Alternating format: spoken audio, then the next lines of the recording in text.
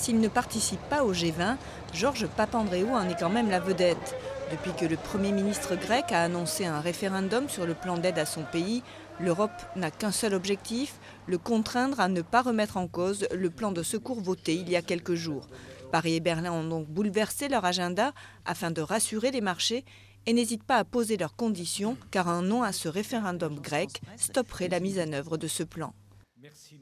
Les décisions prises le 27 octobre sont les bonnes, mais elles nécessitent d'être appliquées de manière accélérée.